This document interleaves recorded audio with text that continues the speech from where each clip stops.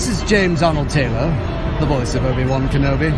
Welcome to a more civilized podcast. This is the podcast you're looking for. You may not go about your business. Stay here, listen, and then move along. This is it, guys. We can actually even just, We're here. hold on for a minute if you don't want to. After start like a year of talking about this, we're here.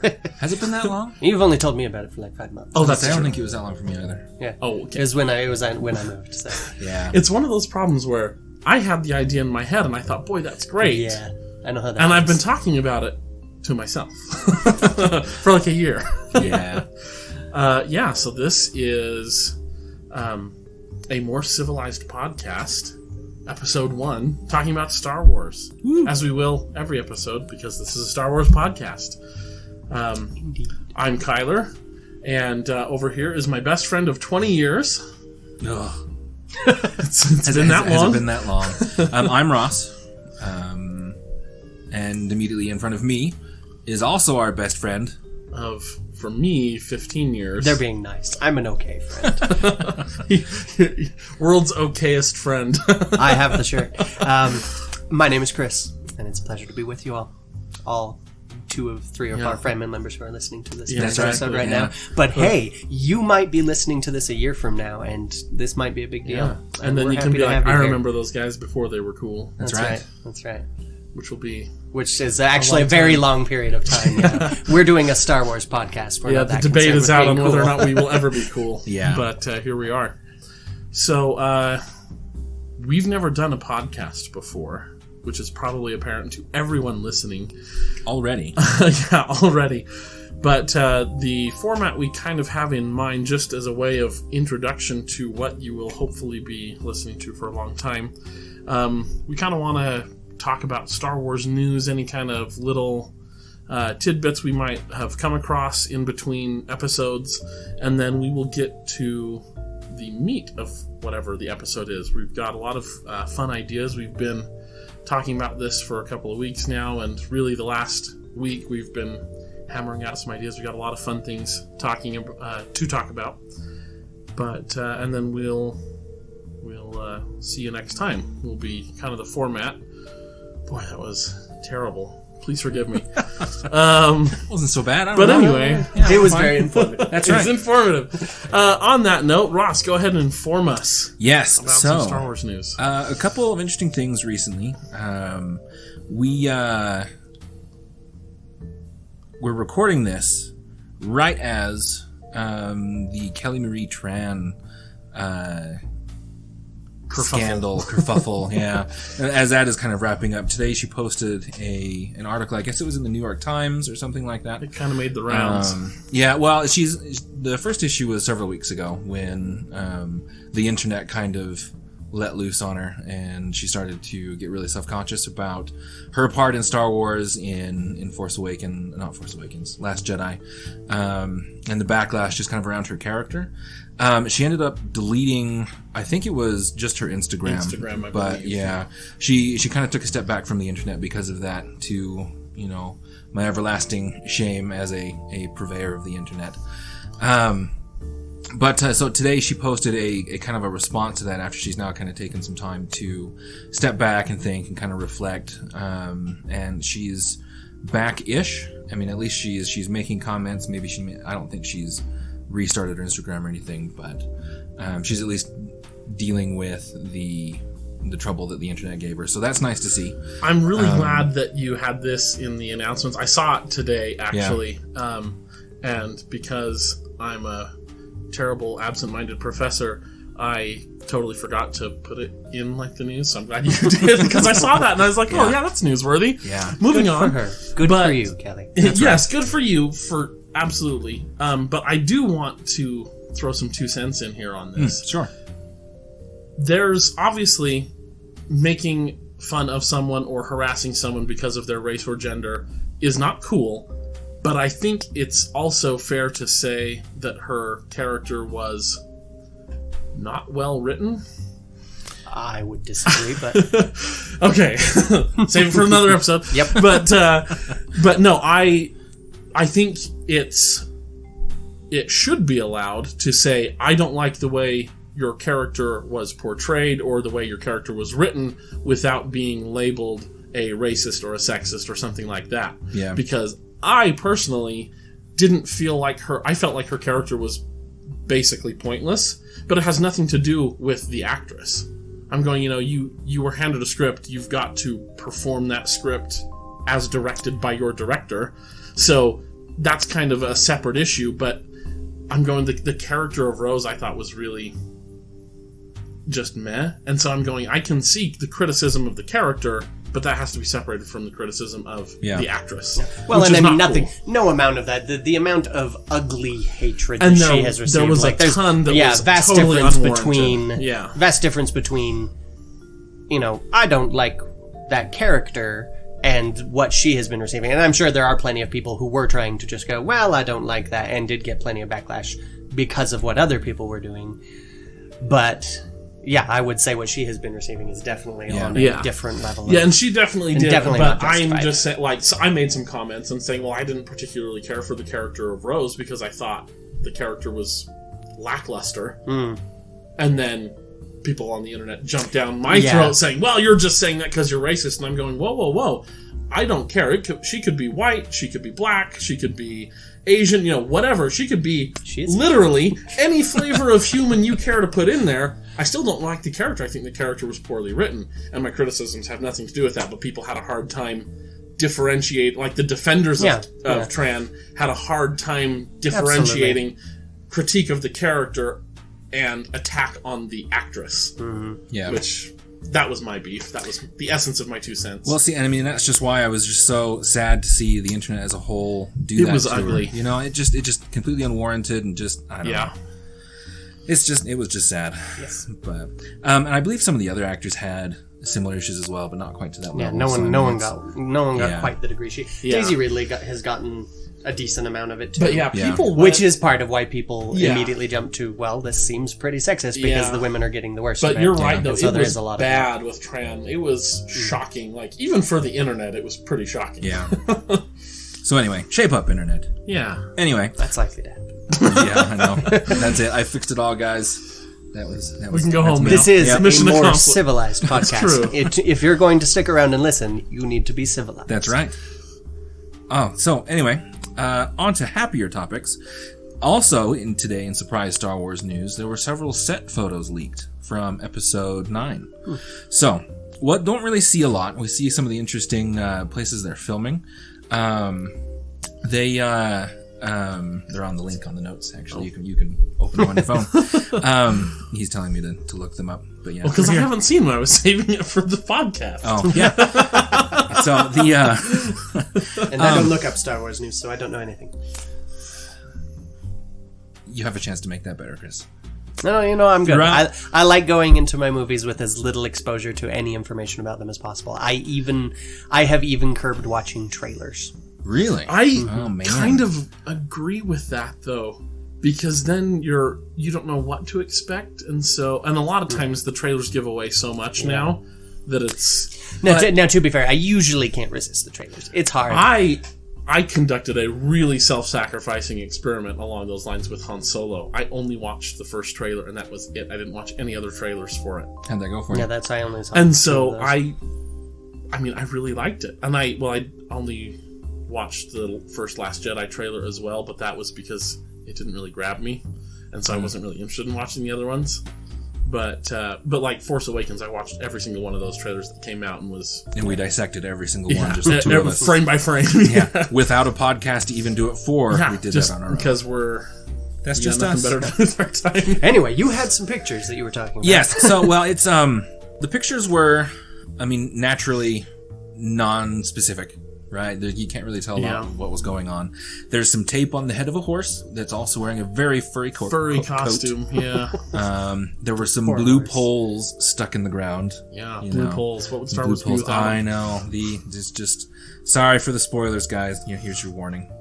Really, they were just pictures of Finn, Poe, and Chewie, just kind of around a bunch of extras. A bunch of extras around, just kind of on this hillside.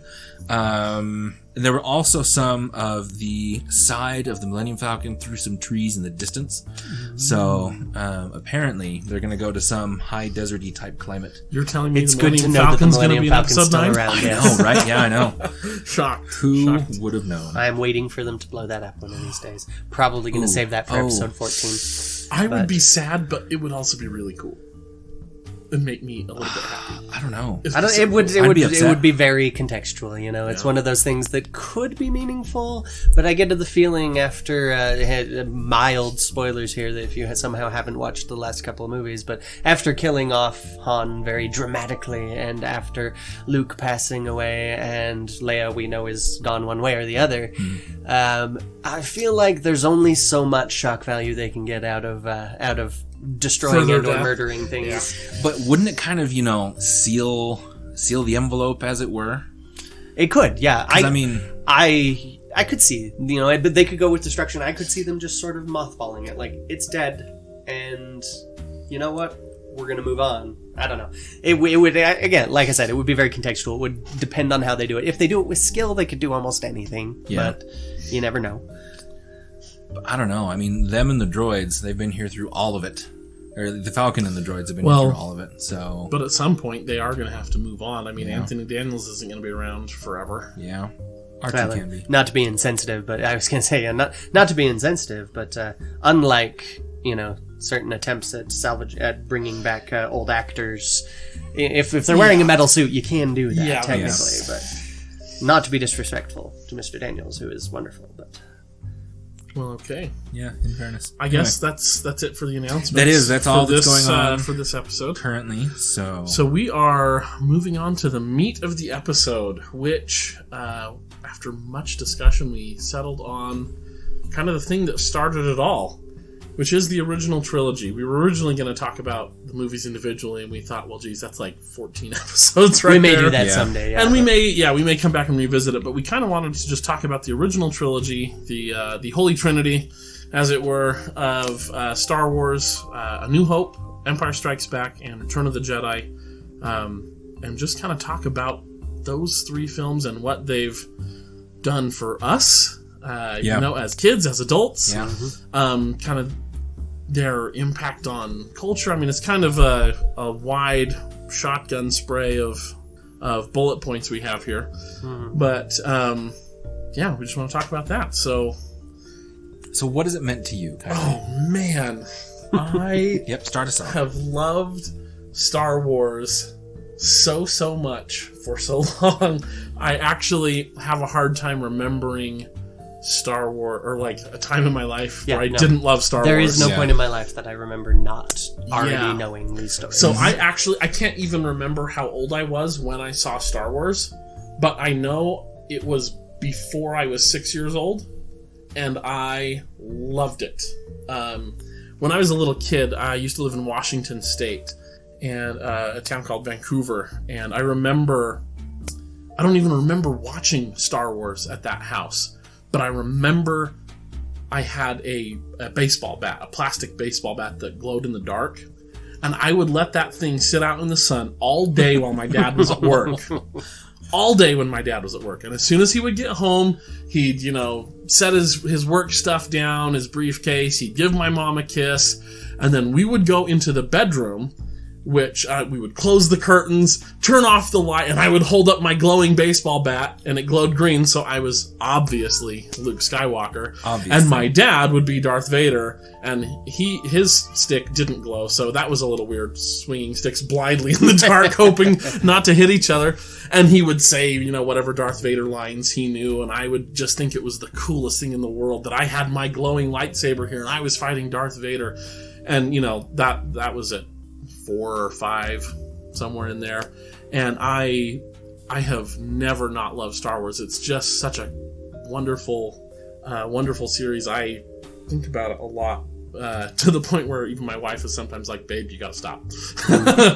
I know you like Star Wars. I don't want to hear about it right now. So now he has a podcast. So yeah, he so can now I talk have a to all of you about podcast. it. And save his wife. Exactly. Which I'm gonna force her to listen to this anyway. But I have tons of Star Wars games. It's and of course, as you know, when you're a kid, what is cool about Star Wars is the explosions and the lightsaber fights and the ships and the cool lines that Han Solo says, because he's just, you know, he's everybody's favorite, and Except for us. except for Ross. That's right, I know. And Unpopular you know, and opinion. as an adult, of course, then you go back and you rewatch this and you start to appreciate it more as a film rather than a kid's story or whatever. And especially now as a more educated adult, where I'm looking back and I'm going, oh wow, okay, I can see where Lucas's influence, you know, was drawn from this or from that. That was a really cool, like, reinterpretation of this, you know, ages old story, you know, like, so it kind of appreciating it on a more technical, like, artistic level, I guess, as an adult. You know, and then I'm a father, and so showing it to my kids and getting to see them get excited, just like I got excited. Just, you know, the circle is now complete, right? Now, a quick bit of context that you've probably already picked up. None of us were old enough to have experienced the original trilogy when they were released. None of us were old enough or alive enough at that point to have done that. So some of you purists out there may be listening and going, well, they don't know what they're talking about. And you're right. We are no Stephen Colbert's. We are not. Sorry, Stephen, if you're listening to this, we do not have your breadth of experience with Right, Star now Wars. he's never going to come on I the know. show. Hey, he's a nice guy. You never know. But yeah, we are speaking in this podcast mainly from the perspective of people who grew up with Star Wars, and Now have the opportunity to have our own offspring grow up with Star yes, Wars. and have our Which is a great time to be alive. yes. For these guys have heard this story plenty of times, but I have a 5-year-old boy who I have been carefully keeping away from the reveal of Vader's true identity, just so that I can vicariously experience that discovery for the first time. Because as we said, I do not have a point where I do not remember a time in my life when I did not know that Darth Vader was Luke's father. Spoilers, sorry everyone. And of course, whoa, stop Spoilers right from there. 1981. even if you manage to find someone who has not watched these movies, they know that. Everybody knows that. Lost tribes in the Amazon that have never had human contact somehow have just absorbed that osmosis that through the ether and know who Darth Vader is.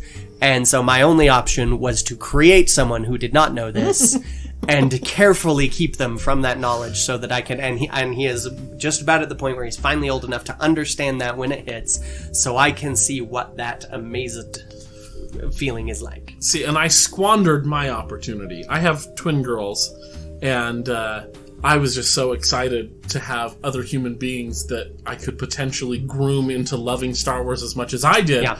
that basically, from the womb, they were indoctrinated with Star Wars. And so we were talking before the podcast, like Chris said, about his son who's nearing that age, and I was like, man, I kind of want to come over to your house and watch him react also, but that would be kind of weird, and I want that to be like a father-son thing. Yeah. So I'm like, are you going to record it and then show me later? And he That's said he right. would. Absolutely, of course. You guys are such dads. Oh man. Listen to this. Look, we've spent the last 5 minutes. You guys just talking about your Our kids. That's right. But- I was but actually going to that's- say a little bit more. That I still did get some of the fun because I've let him watch the first one. He just hasn't watched any of the rest. He's seen a bit of Clone Wars because they don't really, obviously they don't know who Anakin's going to become at that point, so it doesn't come up. And he's young enough to not get any veiled references towards it. And, he's got a Darth Vader mask. He's got the lightsaber. He actually went as Vader for Halloween of his own choice That's my last boy. year. Yeah, I was Nice. very proud. We tracked it all down at DI and what the pieces he didn't already have. So he likes Star Wars. He knows bits about it, which I'm hoping will just lull him off guard even more. Nice. Oh man. Well, my youth story. Yes, please. I feel kind of weird sometimes thinking back on it, just because it had such a profound effect on my personality. So the big thing in Star Wars, the thing that stuck out to me as a kid was the anger leads to the dark side. So my young impressionable self latched onto that like you wouldn't believe. And so just the rest of my life, I was just always trying to just not be angry because I knew I didn't want to be. I know. I was just going to say that. I was like, I never knew that, but I feel like I know you so much better now. Yeah, that makes so much sense. So, yeah, I have known Ross since I was 10. I moved into his neighborhood. We became friends almost immediately. Well, I think the second day I was there. Well, yeah. We have some of those stories as well. Yeah. But that's for another time. That's all right. That's not Star Wars. Yeah, that's not Star Wars. You don't get to know things about us that aren't Star Wars listeners. Yeah. So I've known Ross for a real long time, and he has always been the calm, reasonable, level-headed one in our relationship. And I've always been the one trying to get him to do dumb things that would probably lead to the dark side. And he's restrained and been to get in. The Empire and Armada. Do. I love the Empire so and much. Everything else. And I'm always Rebels. The Empire's so good, though. It's so evil. But, I forgot. I have one more story from my childhood, if I can. Yeah, sure, go for it. So, when I was a kid, my only access to Star Wars was the, home VHS where you would tape it off of TV. Yeah, that's what we had. Yep. I didn't see A New Hope for years because we didn't have it. All my parents had recorded was Empire Strikes Back and Return of the Jedi. So, as a kid, it always confused me. Why the crap this Luke Skywalker guy is such a big shot? Who is this guy and why does everybody care?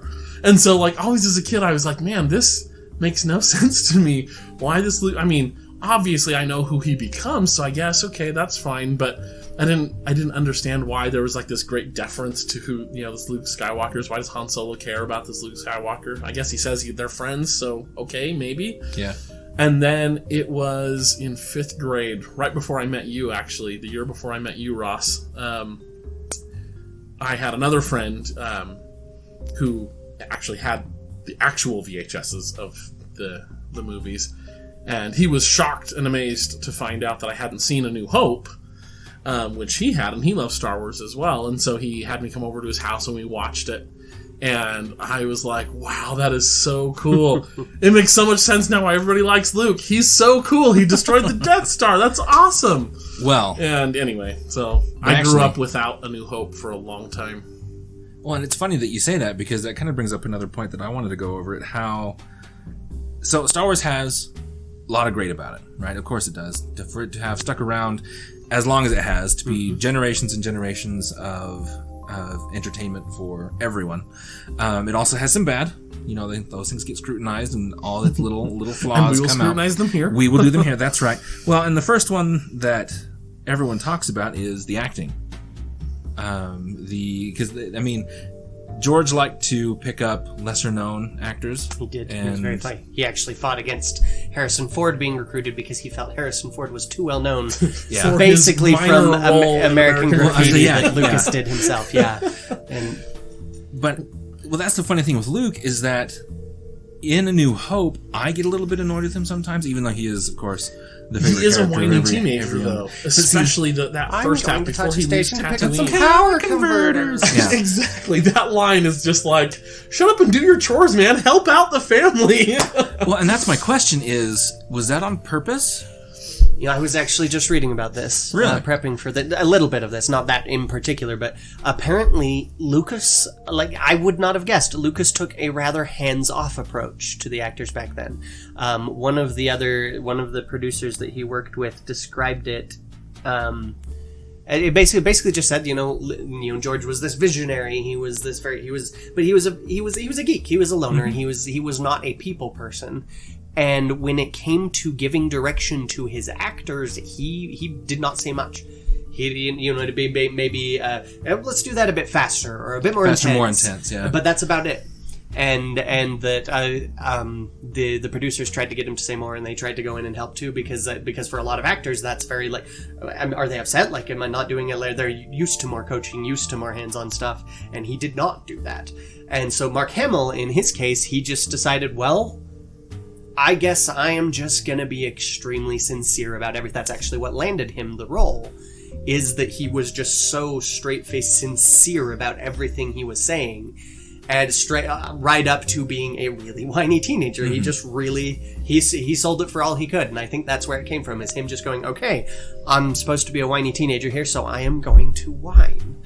I am going to be a whiny teenager, but and it's it effective. absolutely works. And I mean, we'll go more into depth into this, I think, probably on another episode, but that plays totally into the hero's journey, though. The hero isn't prepared at the beginning. They are totally unpolished and unrefined, and then, you know, they go on their journey, and that's what makes them into the great hero that they become. But I mean, boy, Luke, when he's whining about his power converters, it's just like, dude, you are on the first step of your hero's journey, and it shows. You are so whiny. Well, that's the point that you're supposed to box his ears or whatever the old school punishments were. But again, though, I think he nailed it, though, because what is Luke, though, at that point in his life? He is just a kid who wants to do kid things. It makes me more excited that Get out of this one horse town. Yeah, it makes me more excited that it wasn't just a happy accident for, you know, was that just the way Mark Hamill was? Was he the whiny teenager at the time? If he did it on purpose, I am more okay with that. It was, he just sort of went, well, this is all I've got to go on. It's what landed me the role. I think it's I'm got to be really the acting, though, because you look at him later on in the very same movie, though, and he's already grown quite a bit and is a lot less whiny. Like when he's talking to Han and trying to convince Han to stick around and help the rebellion, I mean, that's already leaps and bounds of growth. But but again, you movie. See there too that why the sincerity rings so true for everyone is like he needs. You're going to be trying to convince Han Solo to do that. You need to be sincere, and it works. And so, I mean, hats off to Mark Hamill. I don't think Mark Hamill was irritating. I think he just, like Chris was saying, he just knew that sincerity is what this character was about, and just gave it its all. I think he was irritating in the way that Dolores Umbridge is irritating. It's like, no, that's exactly what that character needs to be. But some characters are grating, yes, because that person needs to grow out of being grating, or in Dolores' case, to remain that way forever. But So yeah, there we go. That was my point. Oh man, good times. We need to work on our transitions, maybe, huh? And you know what else? Well, another first thing, episode. We'll outline maybe a little more thoroughly, whatever. Yeah. The another thing, though, that is full of nostalgia and huge impact is the music. I mean, and granted, that is John Williams, who is like King Midas, man. Anything he touches is just incredible. It's amazing. But, man, just like you said, there's nobody who doesn't know Vader. There's nobody who doesn't recognize the Imperial March. Or almost any of the main themes from Star Wars. You play any of those, even if they've never seen them, they'd be like, oh, that's from that space movie, right? Star Wars, right? Nobody's going to say They'll say that's from Star Wars. You know what I mean? But yeah, even if you're not really familiar some with of those it, Amazonian tribes might be like, that space movie. Yeah. But yeah, you instantly recognize that. And even just the other day, actually, my dad was watching TV, and I was walking with our baby around his house, and my ears perk up because I hear Star Wars music, and I'm like, what in the world? I know I'm not watching Star Wars. Who in the world is at this house? If it's not me, hold on. So I go into my parents' room, and my dad's watching the Star Wars marathon that's on TBS. And I'm like, oh my goodness. And I, look at the screen, and it's right at my favorite part. It's at the end of Return of the Jedi. The space battle's in full swing, and I'm like, oh snap, I'm gonna sit down then and watch this, But I heard like 3 notes, and I was like, oh my gosh, that's Star Wars. Okay, I'm gonna go in and watch it. And it wasn't even like one of the main theme musics. It was like just a random part of the space battle, and I'm like, wait, I know that trumpet fanfare. Right. Yeah. Hold on. Okay. That is John Williams, trumpet fanfares. John Williams was recommended by Steven Spielberg for that. He had just come off of Jaws, which he got an Academy Award for that music. We could do a whole episode on John Williams and how great he is. We will. We will. We will. Yeah. John Williams is a man. That's the song I was thinking of. That is definitely one of the biggest. It was another little bit. I read a lot before we did this, just looking for information so that I could not appear ignorant here, because out of the 3 of us, somehow I am the least Star Warsy of all of us, which is not something I say often in any company anywhere. So I picked it. It was George Lucas had apparently selected a bunch of classical music, from various sources, operas and such, and he had it all ready, and he gave that to John Williams. Was like, "This is what I'm thinking." Like, and John basically said, "Nah, I don't think that's a great idea." But George's thinking was so much about Star Wars, about the setting and the kind of sci-fi that he presented there was so different from how anyone had done sci-fi up to that point in so many ways. And it was a completely separate universe. It's not a future of Earth or anything else like that.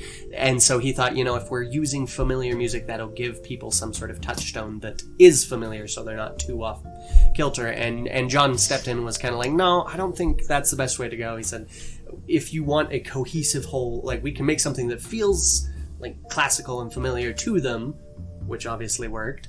But it'll be a more cohesive whole, and I think it'll work better if we do this. But he did use a lot of the selections George had given him as inspirations for various pieces he did. But yeah, that was, George had a completely different idea for the music before John came in and said, but maybe this. Yeah, it's and that's actually not even the first idea. George Lucas had some other ideas, because part of the influence for Star Wars was some old westerns, and There were a lot of influences. a lot of influences. But one of them was westerns, and so initially George Lucas wanted almost like a western sort of soundtrack, and Williams was like, or maybe we go a different direction. And That's then good, but he suggested, and then of course George was like, well, what about classical music? And he was like, okay, you're on the right track. Here we go. But let's, as you said, let's change a few things up. And what we get, of course, is incredibly iconic music that is also very classical, but that it has that grand symphonic kind of sound to it that really makes it feel like the space opera. I mean, you hear that term applied to Star Wars, but I think it's honestly part of the music that helps make it a space opera, and that grand kind of operatic, massive, scale story. Well, and it leads to making it a timeless classic rather than a 70s classic. Exactly. If you had put some sort of period pieces, I don't know, I can't even think of a popular song from the 70s, but had you put something like that in there. Anything, if you would put, if you would put anything that is currently on a Guardians of the Galaxy soundtrack. Yeah. Exactly. Which is funny, because I think those will also stand the test of time in many ways, because they were already classic by the time they put them in. But yeah, if you had been scoring it, if you put some Justin Bieber in there, it's going to be out. I want to move. We're going to do a fan dub with Bieber music. No, that'd be so bad. We're not going to do that. Oh man! Just wait, listeners. Just wait. Stop it. Oh man, I think another thing too that makes Star Wars great, and I think is probably abundantly clear, is the replayability of Star Wars, both in terms of just sitting down and watching the movie again. Like, I literally have seen the original trilogy probably hundreds of times at this point. Like, that's probably a fair estimate. I usually go through a Star Wars marathon of at least the live action movies probably twice a year, and then I watched it, countless times as a kid. It was one of those that's like, great, the VHS is over, let's rewind it and watch it again. I've got 7 more hours before bedtime, who cares? It was a lot easier to do that back then. It was, it surely was. Yeah, it was great. But but the nice thing about the original trilogy is, like we were talking about with the music, it feels timeless. And the story elements, I mean, Lucas really kind of hit lightning in a bottle with that original trilogy at capturing... Well, especially the first one. Yeah. Yes, especially A New Hope. I mean, but they are, insanely rewatchable. They're so good, and it's because I think he focused so much on that classic hero's journey. He was trying to create an archetype. Exactly, and that focus on that archetype makes it relevant and relatable every time you watch it. And it is lightning in a bottle, because I speaking as someone who has read people's stories and rejected them and sent them home and we're not going to publish these, it's a lot of people try that. Like, it's not that new of an idea that, we're going to try and be very classical with this, we're going to delve into the specifics, and it usually does not work. Like, it might be alright, but usually what you get is something that feels pretty ho-hums, pretty pedestrian, pretty like, yeah, we've seen this a million times. And it was just the right mix of mind-blowing new and yet, like, instinctually, deeply familiar for people, for it just to blow people's minds and to be this perfect mix of amazing and just deeply personal and familiar. I should have probably, if I were even an adequate podcaster, You're perfect. No. I would have thought to do this in our introductions, but just as a way of letting you guys know what our backgrounds are, I'm a medieval historian by trade. I focus on medieval Italy, violence, and politics. How many That's my people jam. have you heard introduce themselves that way? Yeah, I know. Yeah, ladies, I'm married. I know. Just stay back. Chris, though, is a writer. He's an author. I'm a writer and an editor. So yeah, a librarian. Yeah. And Ross? And I do all sorts of things. My major was digital media, but I emphasized in video games. So I primarily claim game artist, but I do a little bit of all media things. So, and that was also part of the inspiration for doing this. Is I thought the three of us we all obviously have a love for Star Wars, but we also have kind of different backgrounds, and we kind of come at Star Wars from different angles. And so I thought providing these different viewpoints might be interesting to some of you, or one of you, probably at this point. well, and even from that, look at how much Star Wars dips into all of those. It's true. There have been so many books that, of course, it is a great story on its own that people learn from. We've had so many video games since, I think, we were looking at it the other day, the earliest were like the mid-70s. No, that's when Star Wars came out. And there are so many Yeah. great... But in the 80s, it was definitely in full swing. Like, by the time Return of the Jedi came out, they were releasing video games alongside it. Yeah, the whole Atari generation, that was great. Yeah. Man, there has been a Star Wars game every year. I think it was for the next, 20 years. Sure. Maybe even, the next... Yeah, following 30. At the very It least, went if up you're through- averaging it out, yeah. I remember because I heard the statistic once, and there was a Star Wars game released every year, and it had been past since when the special editions had come out, but I don't remember the exact Yeah, it number was anymore. like But the early 90s or something like Yeah. that. And it basically was at least one Star Wars game was coming out every year. yeah, Which actually, for me, is one of the more fascinating things about Star Wars is that, nowadays we have all sorts of there are so many properties like Star Wars that get traded, and we're going to add more and we're going to do more. Comics have been doing that since long before Star Wars came along, but not on the scale and to the degree of public awareness that Star Wars eventually... Star Wars created the blockbuster. Arguably Jaws. Like Jaws was... But Star Wars took that into... Jaws was amazing, it was mind-bending, it did so many great things, but Star Wars opened it up to we are going to create universes, and we are just going to play in them. Jaws was in this universe. It got a whole ton of sequels that... Which we're not going to talk about. Yeah, They're so bad. eventually drove it into the bottom No, there of the was only ocean. one movie, and Yeah. it was a one-time thing, and it was great. But Star Wars created a universe and said, come play here. And other people had created universe. Tolkien and C.S. Lewis and so many others had universes, but no one else was really taking them and building upon them and playing with them. And that's a really interesting comparison to make, too, specifically with Tolkien and Lord of the Rings, because, that dude made an He created a intensely universe. detailed universe Yeah. that obviously now we see has lots of room for games and movies and whatever and all this good stuff, but it didn't catch on wasn't the how it way did that that, yeah. Star Wars did. Yeah. And you had him, you had Buck Rogers that influenced so much of Star Wars, you had Star Trek, people were creating worlds, they were long before Star Wars came along. And for a lot of people, this is a negative side of Star Wars, that Star Wars created modern fandom in some ways. Even some of the rival fandoms, Star Trek would not have gotten picked back up if Star Wars had not suddenly made everyone go, oh, sci-fi sells. Let's do some more of this. It would have just been this one series that got done and ended, and really obscure geeks would know about it, instead of, less obscure geeks knowing about it. But, But yeah, and then it's Star Wars is even ahead of the. It's fascinating to me to see how that happened, and then now how it's happening over again, where Star Wars is kind of ahead of the curve, where it's, aside from, like we discussed earlier, DC Comics rebooting its universe every few years, this is the first time we've really seen a franchise this big just go, okay, we created a whole universe, and now we're gonna scrap 99% of that and create a new one that may or may not include stuff from the old one. Yeah. And that is, I don't love that in so many ways. I am fearful for what will be done with my beloved properties, but at the same time, I'm not that fearful because I've been disappointed by Star Wars properties my whole life. That just happens. And so I'm like, okay, I can take it. Even by the original trilogy? No, but properties, Yeah. There have been books, there have been games, there have been things here and there where it's just like, what, really? You did what? Yeah. There is the holiday special that shall not be mentioned. It's so bad.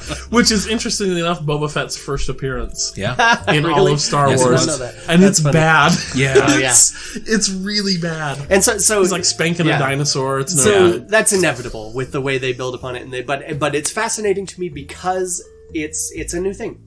Nobody has ever done this on this scale before and gone, you know what? Scrap it, do it again. We're just, and I'm like, a part of me goes, oh, that's horrible. You can't just reset it all and then just keep going. Like, eventually this has to end, but maybe not. In the meantime, I will be. I enjoy seeing what might happen and what is happening. Have you done a lot of the new canon books or anything yet? No, I have not touched a single one. I do not want. Ooh. Once I heard that Disney was going to make a Star Wars movie a year, I went, okay, I don't need more movies. I might not even make it through all of those movies. I mean, I love the Marvel movies in a lot of ways, but I'm already at the point where it's like, yeah, I'll get around to that eventually. See, and when Disney, scrapped the old canon, I thought, oh, great. Here's a chance for me to stay up on all the canon now. I don't have to work through all those books. I can just start from scratch. Yeah. So I'm not quite current because, poor and all that, and the new books are expensive, and I try to get them in hardcover because they last better. So I'm not quite current, but I'm pretty close. I'm only missing a couple of books at this point. But yeah, I've read now all of the new canon, including all the comics. Cool. I haven't read the comics that are comic adaptations of the films. Okay, because I'll just go watch the film. Are you up to date on the Darth Vader comics? Right now, no, I wait for the trade paperback to come out. Yeah, that's cheaper. That's good. I've seen some interesting stuff about those. So every 6 months, I get a new Darth Vader. But yeah, I mean, barring stuff like that, but I'm pretty current, and the new canon is really pretty good. Yeah. Oh yeah, I need to see more of it because to really understand what they're doing differently here, but I don't have the time. I can't bring myself to right now. Oh man. Well, and think what would happen if they didn't make sure it was good. And this gets into what I believe is our next episode. Potentially. The Disney Legends. We were going to do versus the other series okay, first. Anyway. But yeah. Oh, yeah, that's right. Yeah, the other series. Anyway, a future episode. Yes. We will talk about Disney's purchase of Star Wars and the erasure of the old canon and the introduction of the new and the pros and cons of both and kind of that kind of thing. What we lost, what we gained. What we lost, what we gained. So we'll talk more about that then, but... The original trilogy. The original trilogy. So I'm gonna quick interject just because I feel like it. My experience with Star Wars. So I don't remember a time when I did not already know all about Star Wars, where I hadn't seen it. Like you, I had not. We just had what my parents had recorded off of television, which I was stunned to discover in 1997 when the special edition came out and I bought them. That the first movie did not just begin on Tatooine. I did not have that. My parents recorded it, but they missed the entire blockade runner there at the beginning. Everything about that. Oh wow! All through, I think, all the way through. No, there's no life forms aboard. Don't shoot it. That it must have malfunctioned. That I did not have any of that. I just had these droids walking on this desert planet. So you missed Darth Vader's first entrance where he just murders the crap out of everybody. And then beyond that, there were some glitches in the other, so I had this incomplete version, and I was never I know I loved it, but I don't remember being like obsessed with it. I don't remember watching it a ton or anything, but I know I loved it because when 1997, when the special edition came out and I saw it sitting in the store in its gold and black box that looked just so beautiful, I had to have it. I was just, parents, I have to have this, and I was young enough that I did not understand it. The many ways that it was deficient, but I was just I had to have them. My parents got it for me for Christmas. I was thrilled. I watched it all the time. At that point, my mind was blown to discover that there was something in the beginning. So it's like I don't remember growing up with it. For me, it was like 97 would have been, we were about 11, I guess, and so it was as I was coming into teenage years was when it was really like, oh, I do love this. But I know I did love it. It was just more of a back burner love, I guess. Yeah. That's funny because I remember doing the same thing, hearing that they were going to re-release the original trilogy, only it was just Star Wars at that point. Yeah. And, put it out, the remastered, everything's cleaned up, it looks good, great, whatever. And I remember asking for it for Christmas, and my parents bought it for the family, but really it was for me. And the first movie that I ever purchased with my own money was the DVD box set, the very first DVD box set. Really? Oh, Yep. wow. And I bought the widescreen edition because it was cooler. Yeah. And so that was the very first, I have my own little pile of money, I'm going to go spend this on a movie for the first time, like an actual physical DVD. It was the DVD, and bought that. And see, I was that way with the And I music. still have it. It was the first CD I ever bought myself. Was the Star Wars CD. And in fact, actually, when my parents bought me my first CD player for a birthday one year, they gave me 3 CDs. One was a classic, it wasn't even like classic rock music or something. It was almost like classic American folk music, kind of. There was like a horse with no name and like songs like that on it. For your mom. Which, yeah. Your mom really. bought it for you. Oh, you don't like that? Well, I'll just take it. There was a second CD that I don't even remember, and the third CD was a Star Wars compilation for A New Hope, Nice. Empire Strikes Back, Return of the Jedi, and I listened to pretty much just that for the first 4 years that I had a CD player. In fact, all of the Star Wars music that I currently have on my iPod, I stole from you, Ross. Did you? Yeah. Oh, okay. So sorry you lost out on those sales. 20th No, Century because Fox, you had but the CDs, and No, so I know. stole them and put them on my iTunes. So yeah, Oh, whenever you get some more, let me know. Shame on you. for shame. Coming from a digital media background, shame on you. So the visuals of Star Wars is something I love. man. The George nowadays it's become its own cliche of this the used future look is what George pioneered with these, where he wanted everything to feel used and lived in and like something that you would actually come across walking down the street or into a room. Like all of this technology, he wanted it to feel very everyday. I read a little bit today about him when he was hiring his set designers, the people that would build all of this and do all this, which was a very large task. It was they had a full soundstage and then another one, and a full nine piece, 9 sound stages in one. They rented out the entire place and then had a second one for the rebel base on Yavin. But Yavin's Moon, sorry. There you go. Which was also Yavin, which was also a Yavin. Yeah. The way they named them there. But yeah, and he actually visited this guy on the set of the movie he was working on, and the guy was shoveling salt to get it into place, and so Lucas picked up a shovel and shoveled with him, and they got talking about it, and he described what he wanted, and the guy basically said, "Finally, someone's doing it right." And so he got on board, and they got another guy on, and they built all of this. And at the time, that was mind-blowing for people. They were used to Star Trek and Buck Rogers and all these just bright, shiny futures. Very How clean. everything was clean, shiny, beautiful. And nowadays with The Matrix and the Dark City and Dune and all of these others, it all feels very familiar. It's done all the time. It's done even more so. You pick up Firefly, and next to Firefly, Star Wars looks pretty clean and spick and span. Yeah. And to say nothing of dystopic futures like The Matrix or something, but at the time that was very novel, and part of what sold that aesthetic is that it just felt so real. And what makes that even more monumental and impressive is the fact that it hadn't been done before. Yeah.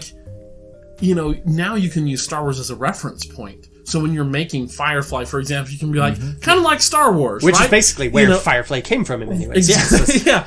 So you can use it as a reference point, but trying to be those guys and trying to be George Lucas going, here's my vision. How do I explain this to you guys? What I'm trying to get across. No, it needs to look dirty. No, don't make it shiny like Buck Rogers. You need to, grime it up a bit. No, how do you explain like a TIE fighter to somebody? You know what I mean? Like, how do you come up with all those new things that nobody had ever done before, where there is no reference point for that kind of thing? I mean, that is just, it makes the feat of accomplishment that much more impressive. And a lot of that also went to, he managed to assemble a really great team around himself. Yes. Ralph McQuarrie on so much of the design work for that came straight from him. It was all him, and he's been involved. I'm not sure if he's involved with the newest ones, but I know they brought him in for the prequels because he just... Yeah, well, on a lot, and this is kind of a downside, not all of his design work is great. No, yeah, it's not always perfect. I would say the overwhelming majority of it was amazing, which is why the overwhelming majority of it got used, at least in some form. They made tweaks, obviously. But in Han Solo... Or Solo, a Star Wars story, there was supposed to be a new Imperial ship on screen called the Arrestor Cruiser, based on Ralph McQuarrie's initial design, or one of his initial designs for a Star Destroyer. Because Lucas came to him and said, I need you to make a ship called a Star Destroyer. So whatever you think a ship that fits the name of a Star Destroyer looks like, you go ahead and make it. And so he had several ideas. One of them, because this was, again, the 70s and space is all that, dishes, laser dishes and whatever. So it's a clunky, thin piece of metal, basically, with a big dish on the nose, a laser dish on the nose, and two little, wings with laser dishes pointed out. It looks so terrible. And thank heavens, Ron Howard, if you're listening, thank you for cutting that out of Solo. It would have been a travesty. But you do actually see it in the background in a holo, holovid, when they're in the immigration office in Solo. It's in the background there, and I missed that. I noticed it, and I'm like, oh, thank heavens! I'm like, I hope they don't put it anywhere but that, because no one will notice, but weirdos like me, and I can live with it being there. But please don't show this. So some of his designs were terrible, and you can, if you just look up Arrestor Cruiser, Star Wars, you'll see it, and it is bad. Cool. I was kind of talking about this when you were mentioning how George did things that had never really been done before. Have you seen the original designs for the Millennium Falcon? Yeah. How they were the long, thin the thing. Blockade Runner. That eventually turned into the Blockade Runner. But, that was still along the lines of 2001: A Space Odyssey, something very long, and then, had a long hallway of rooms and things. I almost wonder if that was kind of George's idea, was like, well, we've kind of seen this. Do something else with it. No.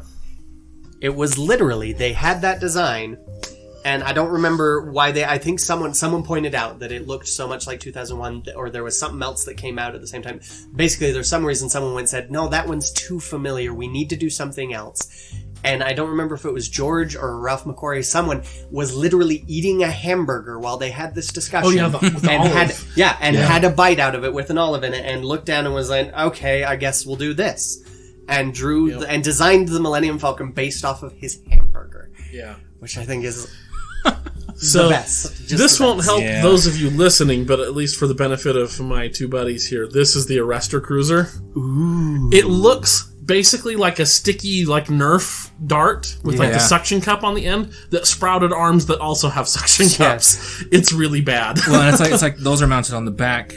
No, that's of a regular Star Destroyer, right? It's like if you cut those three things off, and then there you is have some the Star Destroyer. It's a really bad design, and I'm super glad that they went with the pizza slice. I wouldn't say bad. It definitely does not fit the aesthetic that we ended up with in Star Wars. Yeah. It feels a lot more 2001. Which is why it was so strange that they would go back and say, yes, we're going to put this in Solo.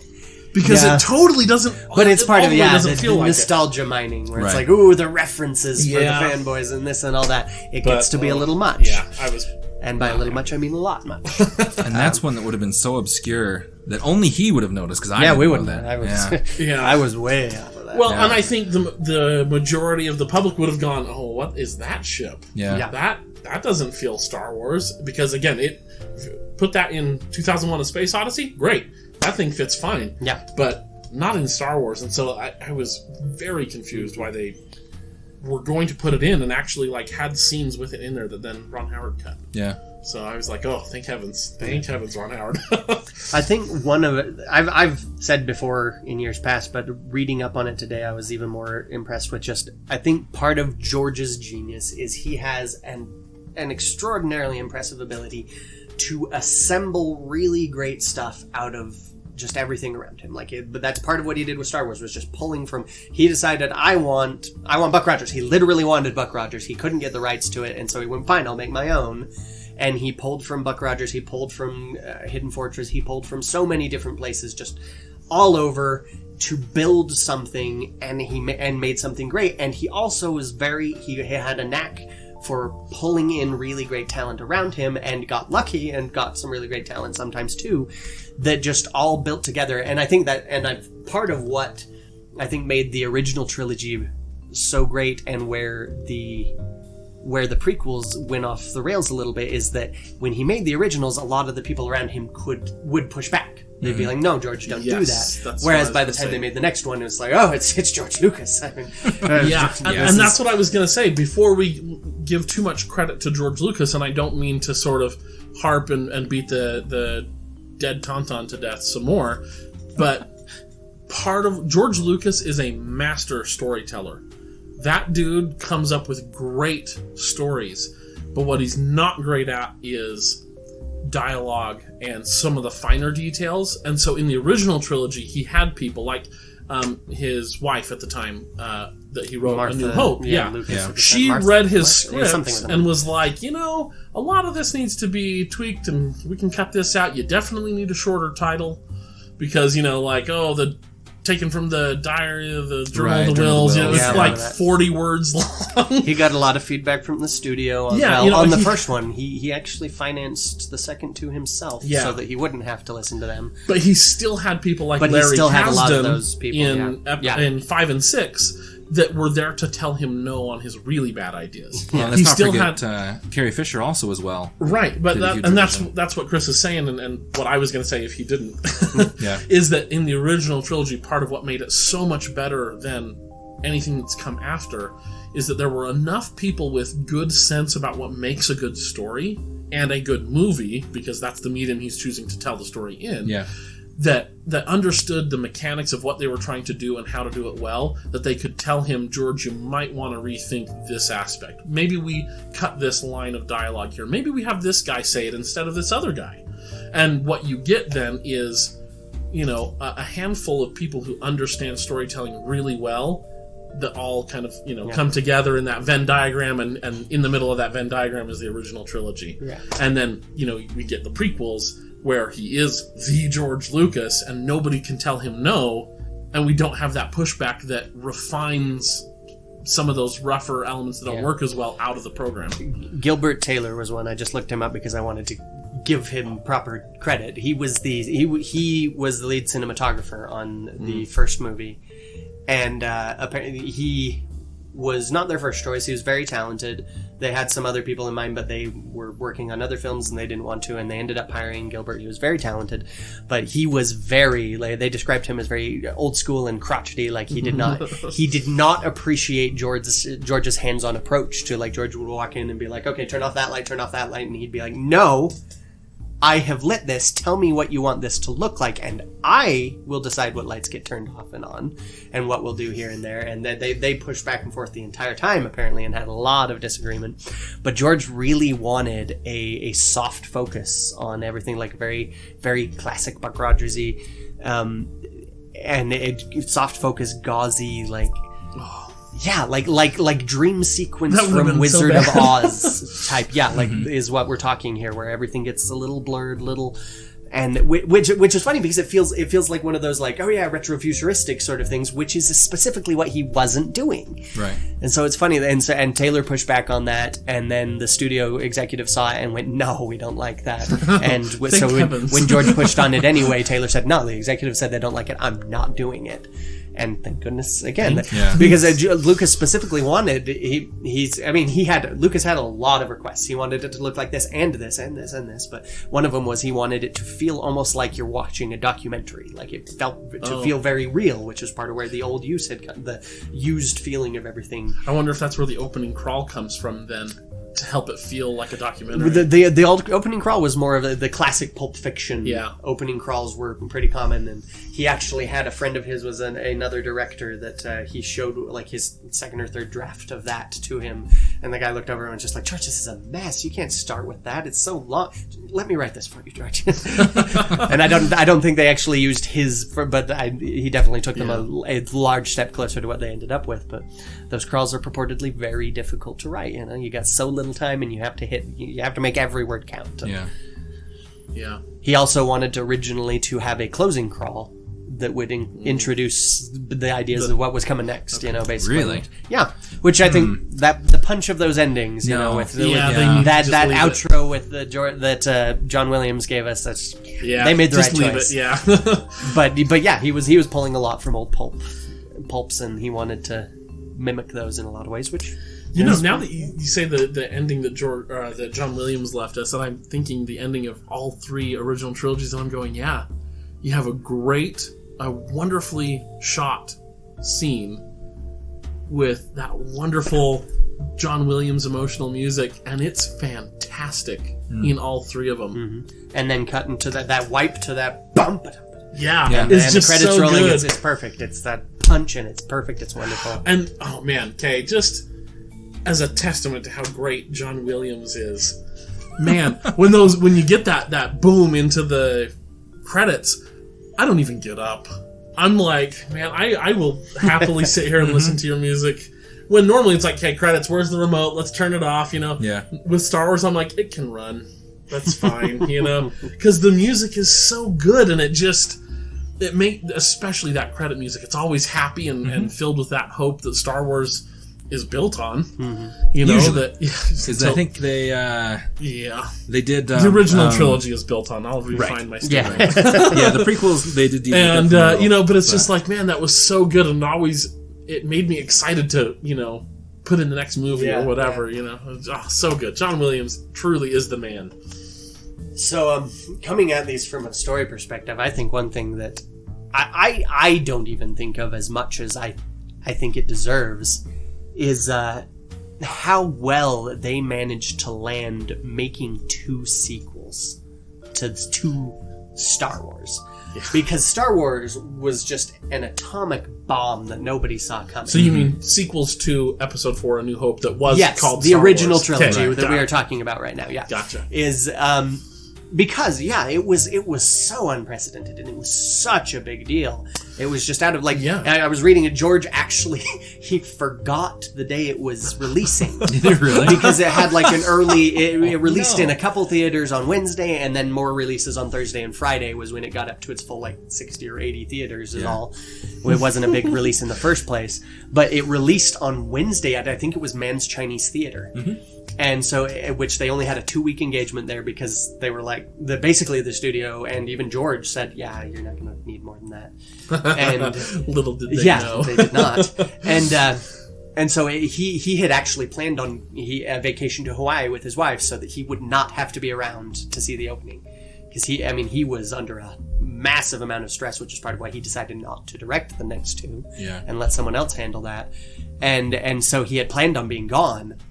But instead he was still there in LA, I think it was, when it released, and he kept hearing, and so he's got people telling him, like, there's a line around the block at Mann's for this and everything, and he was just like, what? No, I mean, thanks, but okay, whatever. He flies out to Hawaii, and it wasn't until he saw the evening news on CBS of them talking about what a huge deal this was, and then he got a letter from, was it Francis Ford Coppola, I think? Coppola, thank you.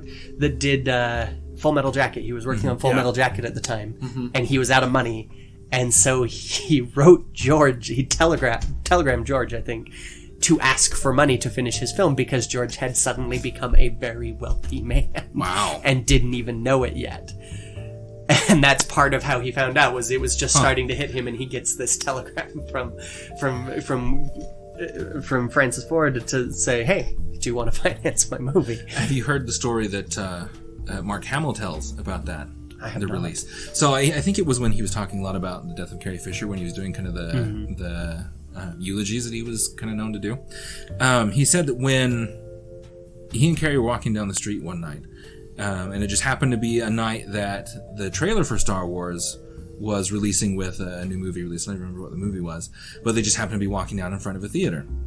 So they go up to the ticket taker and like, hey, we don't want to watch the movie. We're in a movie that's being advertised before this movie. Can we just go in and stand and watch the trailer and then we'll leave? And then, he convinced them, and they walked in, and then so they watched the trailer.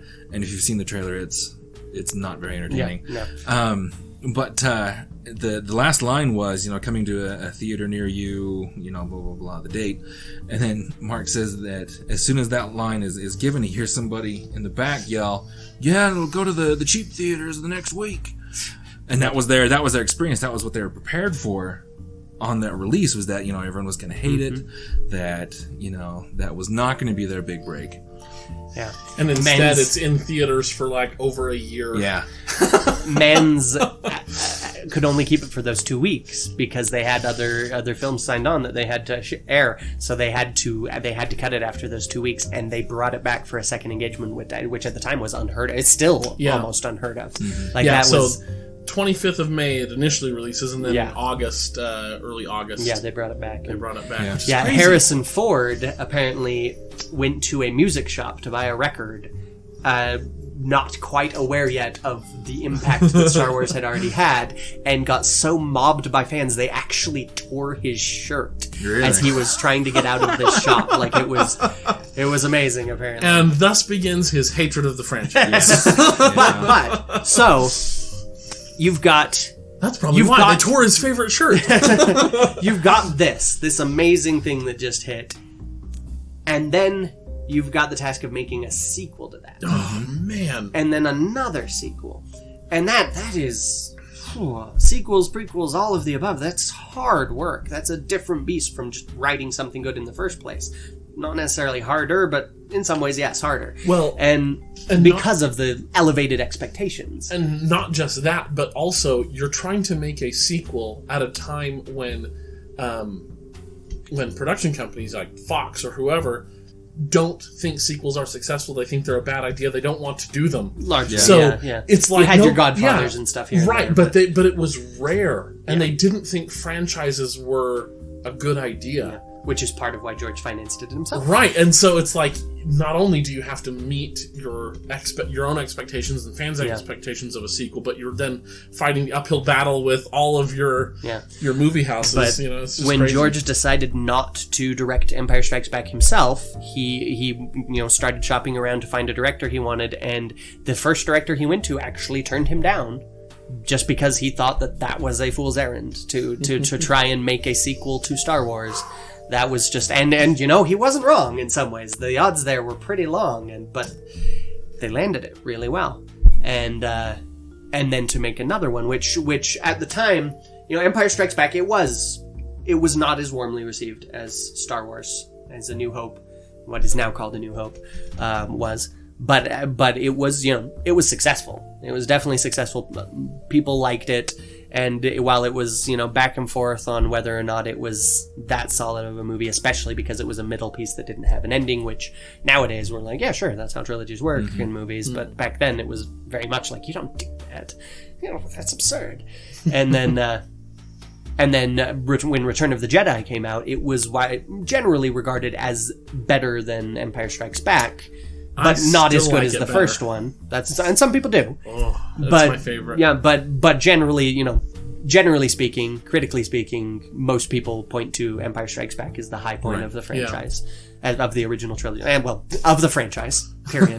But even of the original trilogy, at the time, it was more of a they've done a pretty decent job. Like, that's impressive, and then they closed it up well, and that is not an easy thing. Like, that is a hard thing to keep those things going. Hats off to Lucas, to Joe Rowling and the other people who managed to keep things keep plates that big and important spinning that long. It's impressive, and to have something land that well. And when you look back at other movies that did get sequels, the early Superman movies and stuff, you had the superhero movie curse. Third movies never stuck the landing until Marvel. Return of the really, Jedi. I mean, Marvel was the first person, and even Marvel. Some of their early ones. It's only once they really got the franchise going that they really got their feet under them and started running. But when it came to trilogies, man, not many people landed. Godfather didn't land it, you know? Right, yeah. And that's from most people's opinions, and it's basically Lord of the Rings, is one of the first to manage that, but after Star Wars. Star Wars bucked the odds to an extreme degree. And Lord of the Rings had the advantage of just being a book adaptation where the the book is already a difficult well book adaptation. Granted, but the story was already there. It's not like they had to come up with a different story beast that works out of thin air. It was already known to be well loved. Yeah. It was a different beast entirely. But yeah, just that is amazing to pull that off. 3 movies, one, two, three, like that, and not just to pull off sequels to something of that magnitude, but to set up like one of the most iconic moments and reveals in movie history. In storytelling history. I mean, like, come on, assuming our species survives 1,000 years down the line, people will still be saying, I have no fault. Mm-hmm. Yeah. Because it's that iconic. It's that amazing. Yeah. And it always will be. Like, that is not something to shake your head at. You can shake hands. Please do. if I met Lucas, I would definitely shake his hand. If he'd let me, I'd probably not feel comfortable with asking now that I think about it, actually. I'd probably just stand across the room and be like, wow, that's George Lucas, wow. I'm not going to approach him because he probably gets a lot of sweaty guys like me coming. I'm kidding. And everything. Yeah. Oh, man. So what do you got there on the list? Oh, lots. Well, I mean, we can talk about toys and stuff, too. I mean, just, there's I a really think great... That's its own episode. But. Yeah. Yeah, and it could be, but there's a great series on Netflix. It's like the Toys That Made Us or something like that. And they've got an episode about Star Wars, and that was fun for me to watch because I was just like, wow, yeah, had that. Okay. But, I mean, you think about, and this was incredibly, or an incredible moment of foresight for Lucas with his merchandising, that he knew, look, these ships and these characters that I'm making for Star Wars are going to be desired by children. Merchandising is going to be a big thing, which is why he retained the merchandising rights and made money like just even when more than hand over fist. Empire Strikes Back, he ran out of money and was forced to go back to Fox and ask them to cover his loans in order to get the movie out just at the last minute to cover reshoots, not even all the reshoots. He almost made it through, and then he had to go back. But when he struck up a deal with them, he retained all the merchandising for himself. Like, he did not cut them in on Super which smart. a lot of people at Fox were really upset about. The president of the company actually resigned over it eventually. Really? Wow. Yeah. Because that was they cut him such a good deal in some ways. Yeah, I mean, it's so incredible. And you think now, too, like, that's the model. You look at Marvel, and they're going, okay, great, what toys can we make out of what we're going to put on screen, and can we put anything on screen that would make a good toy? And like also so known many as movies, the Lego Movie approach. well, exactly. I mean, the Lego Movie is nothing but sets that kids can buy. Yeah. Exactly. I mean, But it's well done. it is well done. That is true. It's well done Lego Movie advertisement. was great. But Star Wars really was the first one to take that approach, and boy, Lucas he knew what he had. Yeah. And it's so great. And I think about, I mean, again, almost the same as Star Wars, where I can't really remember a time where I wasn't watching it. I can't really remember a time where I wasn't either playing with actual Star Wars toys or inventing my own. I mean, even going back to the story I shared earlier, I had a glow-in-the-dark light baseball bat, and boy, that was going to be my lightsaber. Good enough, you know? And I used to make towns out of little cardboard boxes. Oh, yeah. And the things like I had like Pringle cans and I think one of my best ones was like out of a hot dog box or something. Well, and I would get I'd get, blank pieces of paper or whatever, and I would just draw the Battle of Endor. I would draw 1,000,000 little TIE fighters, but they were all straight, facing you straight on. So it was just a circle with 2 lines coming out of it, and then 2 perpendicular lines repeated, ad nauseum. And then a little circle with an X, coming out of it for the X-Wings, and that was that. And, and I would draw that over and over and over and over again, because they didn't really, or at least I didn't anyway, have any toys when I was really little. And then after we moved to Utah, then they started coming out with Micro Machines, or maybe they had them before, but it was the first time I remember seeing them. But they had Micro Machine Star Wars toys, and I was so excited to get those. And I remember my every birthday, Christmas, that's what I wanted for 6 years. It was like, hey, give me some Star Wars toys, some Star Wars Micro Machines. And then they came out with these cool, they were bigger. I can't remember what they were called, but they were a lot bigger than Micro Machines, because the Micro Machines are just like an inch tall, inches, yeah. And these ones, they were big enough that you could actually have a little figure that sat inside of your snow speeder or whatever. And that little figure was half an inch tall, so kind of to that scale. And I had a snow speeder, I had Darth Vader's TIE fighter, I had an X-Wing. And I think somewhere I still have all 3 of those. They're very broken at this point, but I still have them. I have an X-Wing that I still have that I'll use as decoration on my desk. I very nearly, about a year ago, bought the TIE Interceptor from that. Went on Amazon and looked it up, and I'm because I always wanted the TIE Interceptor as a kid. It was my favorite Imperial fighter, and it just looked cool. It looked sleek and predatory, with its 4 prongs and all that stuff. So I almost bought one, then I thought, no, what are you doing? Don't buy that. You're buying other Star Wars toys that are better. Don't buy that now, just for nostalgia's sake. But and then you think about all the games that Star Wars has done. I mean, they license the crap out of everything. I've got Star Wars Monopoly, the original trilogy Monopoly. I've got. Didn't we get you Star Wars Risk? Was that you that I bought that for? No, I don't have Star Wars Risk. Someone out there has Star Wars Risk. Someone out there has that. Yeah. But there's 2... Oh, wait a minute. No, that's right. It was us. Yeah, okay. Yeah, I thought right. so. I was yeah. That's right. There's only a couple couples that I feel comfortable getting that, it's I could get that for Kyler. Christina would be okay. But Ross and Carrie, yeah, Carrie loved it. Carrie absolutely loved it. I was okay. That's fair. But, I mean, everything. The action figures, my girls, when they were 4, asked for Star Wars action figures. So we started getting them the Black Series, because I'm if we're going to do the action figures, we're going to do it right. So got the Black Series, because they got the better articulation. They've got more... accessories and stuff that come with them. They're way more detailed. So I started getting them those. Got them the AT-ST Black Series, which was not as cool as I was hoping it would be. The legs, they move, but the joints are so loose that it just falls over immediately. It doesn't stand up at all without you physically holding the legs while somebody else holds the head up. So that was kind of a bum deal, but it looks cool. Criticisms of the original series. One of the biggest ones that you often hear, especially from Star Trek fans, is that Star Wars is not about anything. That it is both wielded as a plus and a minus. Because a lot of reviews talked about it was just such fun. It was fun, completely devoid of any sort of message. The intent was not to instruct anyone in anything. It was not to say. All it was to say it was, look how fun this is. Look how just feel this and enjoy it. But for a lot of people, it's that's part of what relegates it to children's fare for a lot of people, is that they look at that and they go, Star Trek is about things. It is about racism. It is about bigotry. It is about evolving beyond this and that and beyond this. It's so important in that way, which is great. I don't want to knock that. It's great writing fiction that has meaning.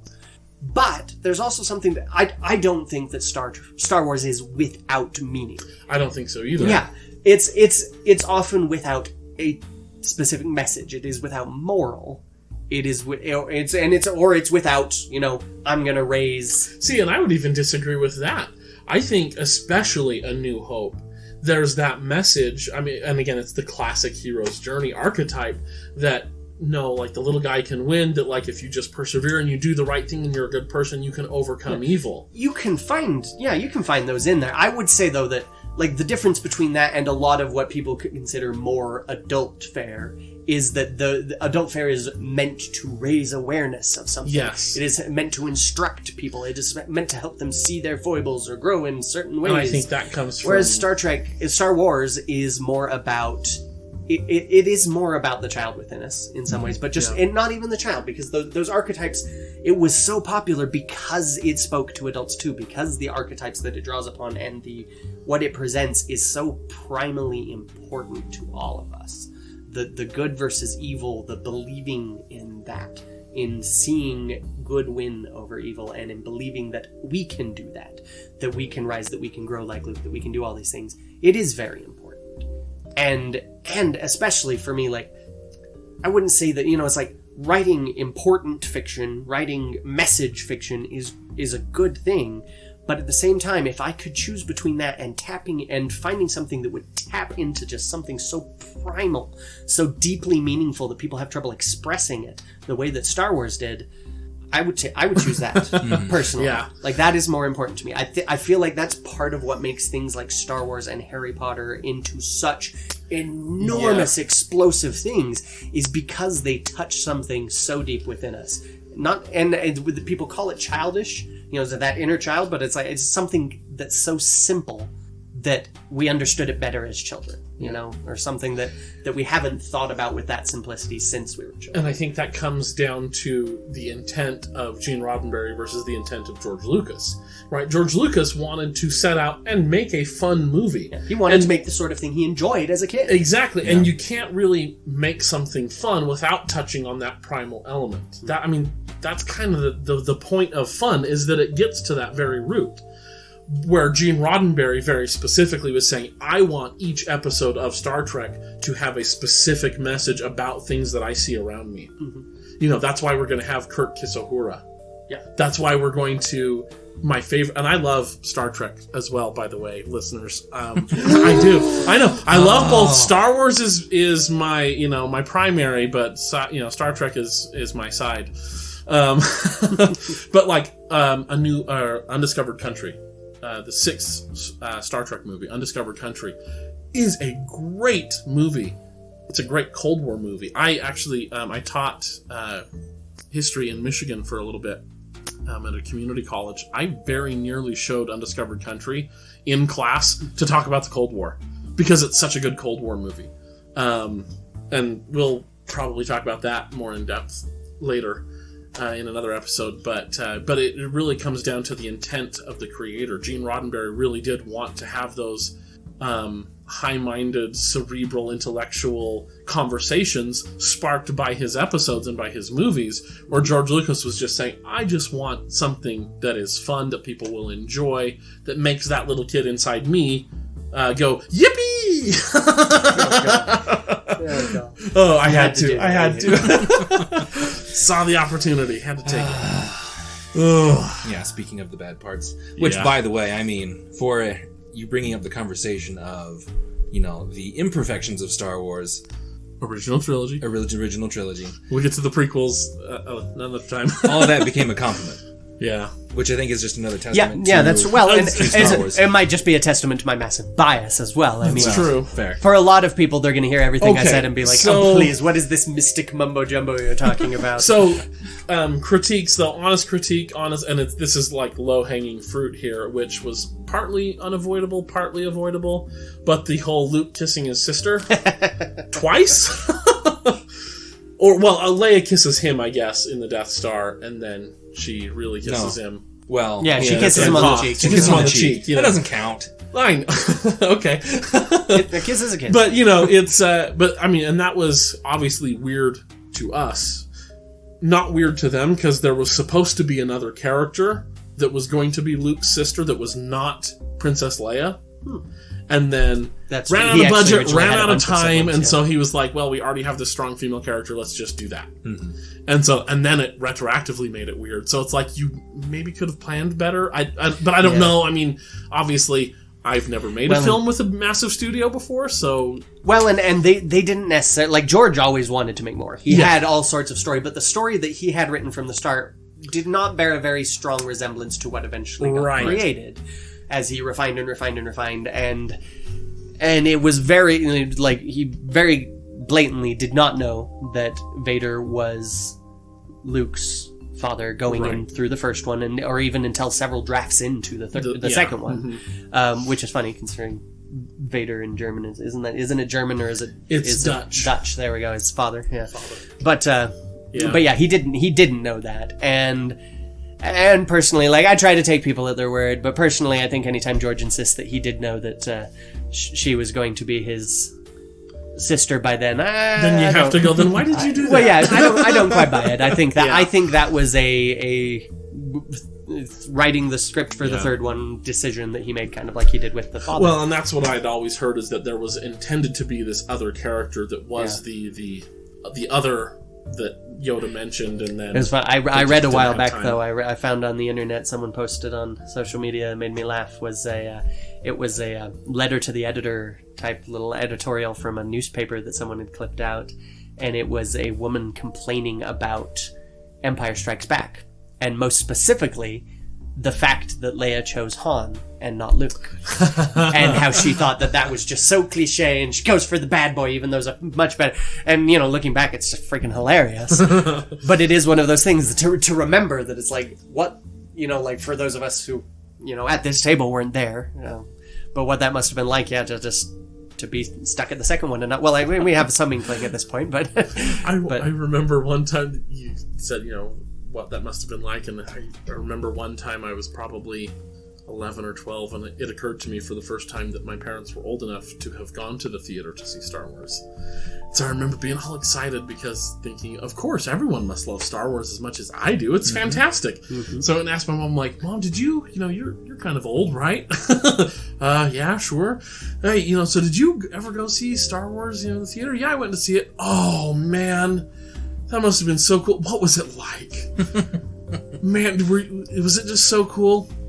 Yeah, it was all right. What? What do you mean it was just all right? Yeah, it was okay. You didn't like it? Yeah, I mean, I liked it. It was good. It was fun. But you didn't like... it was a total letdown for me. I was like, I probably would have forgotten it by now if it hadn't become such a big thing. Yeah. So that was disappointing for me as a child, to find out my mom had gone. She had experienced the real thing, A New Hope in theaters, and was very, very meh about the whole thing. I was sorely let down. Such is life. I know, right? So what do you think, guys? Good movies? I think they're pretty good. I'm trying to think of more criticisms, and I realize that I am probably the most biased person in this room. But I can't really think of any. When it comes down to it, they are criticisms. extremely well-made movies. Yeah. From even if they're not your cup of tea, it's one of those things where there's plenty of classic, iconic things that I don't love, but I can look at and appreciate the skill involved in their creation. And this is one of those that most people, even if they don't like it, can at least acknowledge there's a lot of skill on display. I can think of one criticism that the rational part of my brain goes, okay, this makes no sense. Come on. But then the rest of me just goes, I don't really care. And that's the Ewoks. Like, I'm going, okay, the rational part of me goes, all right, this is silly. This is kind of ridiculous that you have not even 1 meter tall bears with rock-tipped wooden spears and slings going up against armored, trained, an entire legion of my best troops, right, on the moon, and they whoop them. They totally smash them. And they've retconned it a little bit in the new canon, which you haven't read, but saying that, like, okay, the Ewoks are actually really vicious. They're carnivorous. They have... We know they're carnivorous. We know they're carnivorous. Yeah, we know they're carnivorous, right? But like they use like natural plants and animal poisons found on Endor to like, and so they're finding the weak points in the armor and stabbing them. So even if I just nick you a little bit, then you're dead anyway.